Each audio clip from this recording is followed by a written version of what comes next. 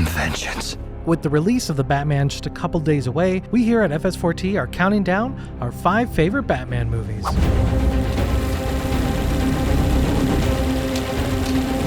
If you're new to FS4T, then welcome. We're Film School for Teens, the best online education for kids and teens wanting to expand their education and skills for filmmaking, photography, acting for the screen, and YouTube. If you want more info on Film School for Teens, be sure to click the link in the description below or go to fs4t.com. In our list, we're including any official Batman film. This means animated films also have a shot for this list. I like that. So, let's jump into it. Number 5 is the animated Batman Under the Red Hood. This 2010 film featured a star-studded voice cast, including Bruce Greenwood as the Caped Crusader. Batman faces off against a mysterious villain in Gotham, and as one description perfectly states, old wounds begin to open back up. Batman Under the Red Hood clocks in around 75 minutes and is currently available on HBO Max and is one heck of a Batman movie. Next up at number 4 is The Dark Knight Rises. No one cared who I was till I put on the mask.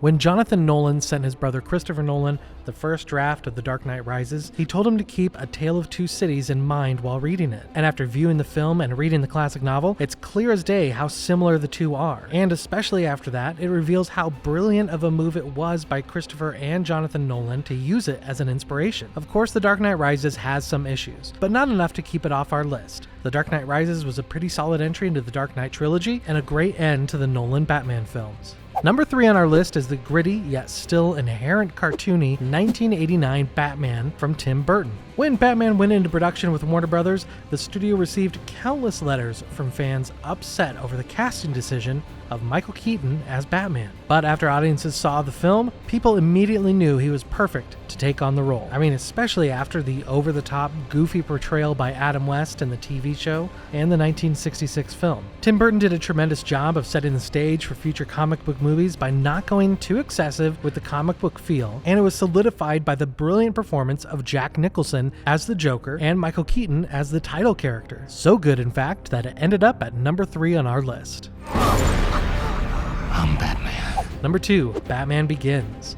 Christopher Nolan took Batman to new places with his stripped-down, grounded in reality, gritty version of Bruce Wayne's alter ego. Warner Brothers took a chance with the, at the time, small director, but it ended up being one of the best decisions for Warner Brothers and possibly cinema in general.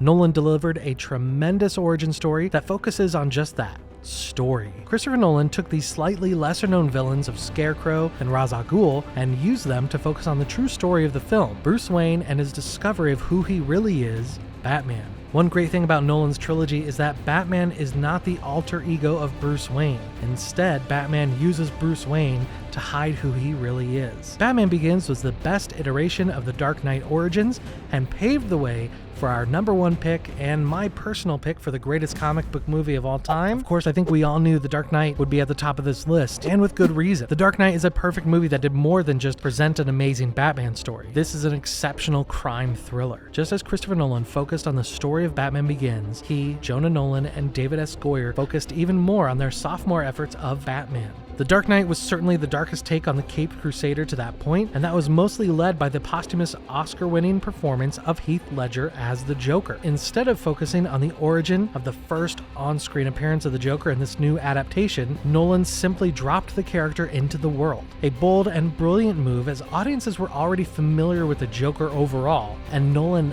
not focusing on the origins of the villain only added to the mystery of the character. But Heath Ledger's performance doesn't carry the film by itself. Christian Bale, Maggie Gyllenhaal, Aaron Eckhart, and Gary Oldman embody their characters perfectly and help bring the story to life. The Dark Knight needs no further explanation as to why it's number 1 on our list, so we're just going to end it there. That does it for our 5 favorite Batman movies. What's your favorite Batman movie? Let us know in the comments below, and don't forget to like and subscribe, and don't forget to click the link in the description to learn more about Film School for Teens. Thank you so much for watching. We'll see you next week.